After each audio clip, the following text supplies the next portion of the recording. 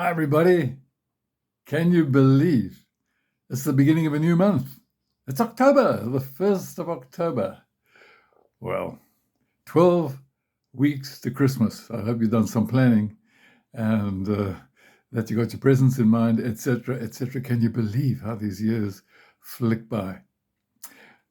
Well, today I want to tell you about when I was a young teenager, 15 years old. I was in Standard 9, as they called it in those olden days. And I was at school down in Cape Town at Wynberg Boys High School. And one day they invited a Christian speaker to come and speak to the school. And he brought, one of those old 16 millimeter films that they used to have. He brought his projector and he projected it up onto the screen. It all seems very antiquated these days. But he came to show us a movie that he had of the universe. It was extraordinary. And in his talk, he used these verses, which are actually one of the readings for today in our lectionary, from Psalm 8. And I just want to read you two of those verses, which really made an impression upon me, verses 3 and 4. When I consider your heavens, the work of your fingers, the moon and the stars which you have set in place, what is man? What is a human being that you are mindful of him or her, and yet you have made them just a little lower than the angels, and so on. Well, that really made an impression upon me, and he showed this amazing movie of the wonders of the universe, our galaxy, which has got nearly 200,000 light years across. When you think of how many galaxies there are in the universe, there are 2 trillion. That means 2 million galaxies, many of them much bigger than our Milky Way. Actually, they don't know how many galaxies there are. They think we'll just keep on going, that the universe, in a way, has no end, as we know ends. Extraordinary. And in each galaxy, there are between 100 and 400 billion stars. It is absolutely mind-blowing. So when David, who wrote the Psalm, says, what is he? What is man? What is a human being that you even think about him? And that really made an impression. I went home that day, and that night I read my Bible. I took my little old authorized version and I read Psalm 8.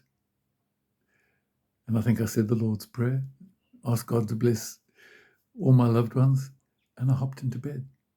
And as I got into bed, I had this incredible sense of the presence and the love of God, just baptizing me, as it were, in his love. It was glorious. It was an experience that changed my life.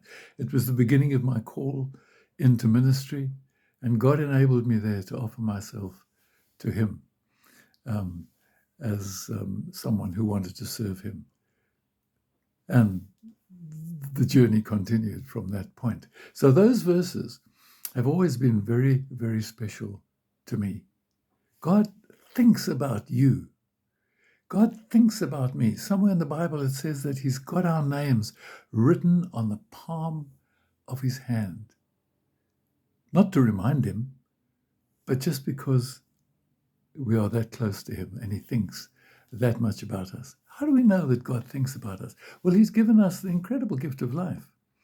This complex being called a human being, with all our ability to think, with our conscience to know what is right and what is wrong, to be able to relate to others, to be able to understand the fine points of relationships, to know what it is to love and to experience some of the hardships and difficulties and all the deep emotions that go with that, etc. We could go on and on about the amazing creations that we are.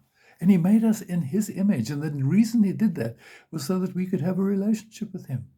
And our hearts are restless and not at peace until we have found that connection, that friendship, that relationship with God. I know that God thinks about us because he put an incredible plan into place. From the moment human beings turned away from him, he promised that he would crush the serpent's head, that he would put to an end this awful creature that had come to tempt human beings away from him.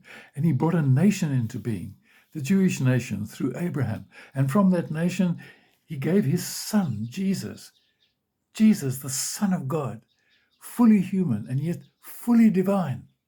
God with us, Emmanuel, as we sing about him at Christmas time. And he gave his life on the cross so that I and you could be forgiven.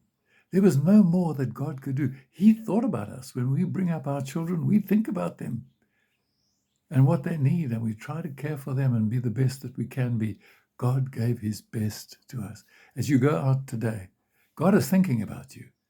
Not for a moment will his attention be off you. Every need that you have, no matter how big or small, is important to him. God is mindful of us. What a precious truth. God bless you. Remember, God's thinking about you. Think about him.